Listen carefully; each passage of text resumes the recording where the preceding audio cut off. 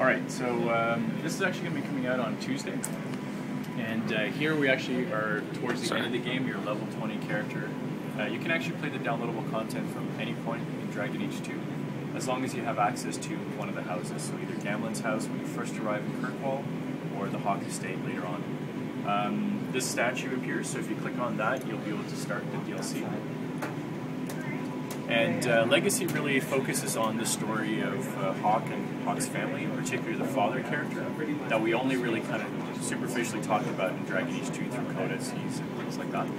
And you'll kind of discover a little bit more of the skeletons that are in that closet. One of the things that you can see is all the followers that are available to you in the main game, as long as obviously they're alive, etc., will be able to come with you, including your siblings, and Sebastian Vale from the first DLC as well. They all have brand new lines, so the same voice talent came back, the same great writers worked on it. There's some fantastic banter in here, which of course is kind of a hallmark from the BioWare games. But you can go ahead and select any of them.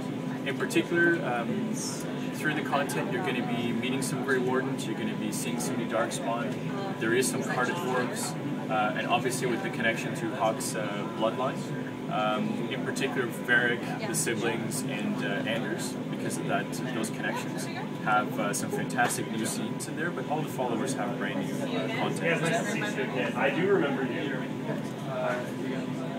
So we have the kind of iconic Varric and Cassandra introduction to this story thread, which really explains what's going on and makes an introduction so that you get an understanding of what's happening. The great thing as well is depending on which act you're entering the game from, this cutscene will actually change to reflect the events of Kirkwall and what's been happening. How much extra content in terms of just playing it through are we talking about in the DLC? How many hours do you think time? So one of the great things about this, it's the largest DLC that we've produced, even through Origins or D2 so far, short of the Awakening retail expansion. So the content, the playtime will totally vary. We have, unlike a lot of the other DLCs, we've added a lot of extra side content, exploration areas, there's puzzle areas. So for people that really enjoy to kind of explore every nook and cranny, they're going to get a lot out of this. In most of the average playthroughs, for myself personally, it averages about 3.5 hours. That's without doing totally everything, but it can range a little bit less than that to a little bit more than that. We have all new areas in this. This is probably the single biggest piece of feedback that we got from our fans at launch. Everybody wanted to not see reused areas anymore, so we're going to try to do that. We've been listening to a lot of that feedback. That's one of the things that we're trying to improve. Another one is also we're trying to spend a lot more time in the tactical setup of the combats. There's going to be less of the wave combats, guys dropping from ceiling, that sort of thing. And instead you're going to be seeing much more crafted tactical setups that you're going to have to use the party, the environment, traps, to kind of work your way through some of these fights. Later on, particularly in the Warden Prison, you're going to be meeting some mini-bosses as well, which are very, very tough. And depending on the party composition you have and what level you're coming in at, they're definitely going to give you a good run for your money if you're into tactical challenges.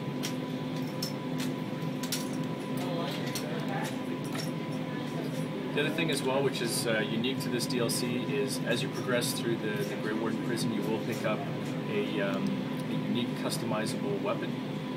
As you progress through the content, you can apply different properties, different bonuses to the weapon, so you can customize it to how you want to play. And it is class specific, so in this case you're playing as a mage, so you get a mage staff that you can upgrade. And the great thing is that you can actually carry that weapon back out into the main game or into future content as well. Oh, cool.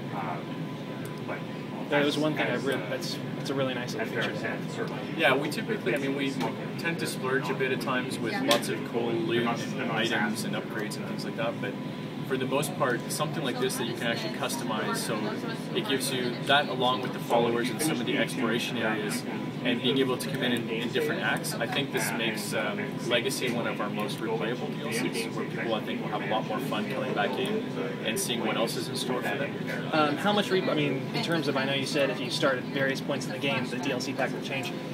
Yeah, so the way that we... How much does it change? Does it change enough to where you'll want to come back and try it later in the game instead, or is it pretty much just that first cutscene that changes? Yeah, no, apart from the first cutscene, there's also, not to kind of spoil it too much, but depending on what act you're coming in from the main game, different characters may be around or not. For example, Mother and other characters like that. So even the end of the game, there's special scenes of Mother still around.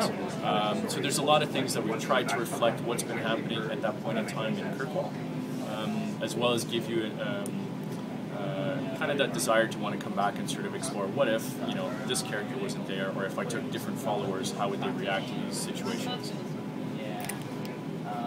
We also have some new Darkspawn creatures that we brought back in, as well as a few other surprises in here. There's actually a fantastic Easter egg as well, which I'm hoping that eventually make its way out onto the interwebs. It's not minced from Baldur's Gate, is it? No. But I think it's going to be a lot of fun when people actually discover it. Can you give us a hint as to where to look? You'll kind of stumble across it without realizing it, and later on, if you're paying attention, you realize that actually if you go back to that location, something interesting may happen. Split translates chasm, so you're holding half the map, half the map.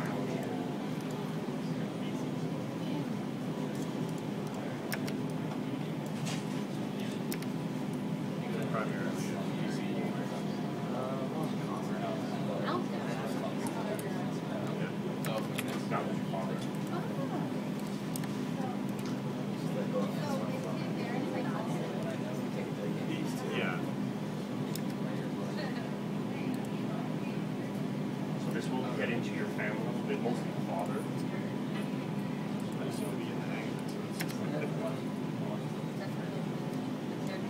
Kind of a different experience. I usually play a warrior.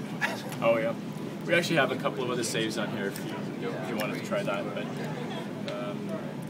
it's also a little bit somewhat unfair to drop people in this late and without knowing what the party members have in terms of abilities and stuff. But you're doing pretty well actually, so you obviously know what you're doing. Yeah, exactly.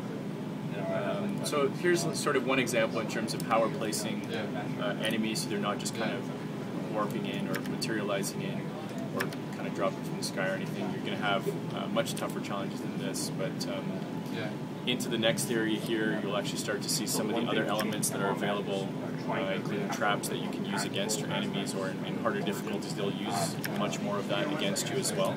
So you have to kind of keep your wits about you.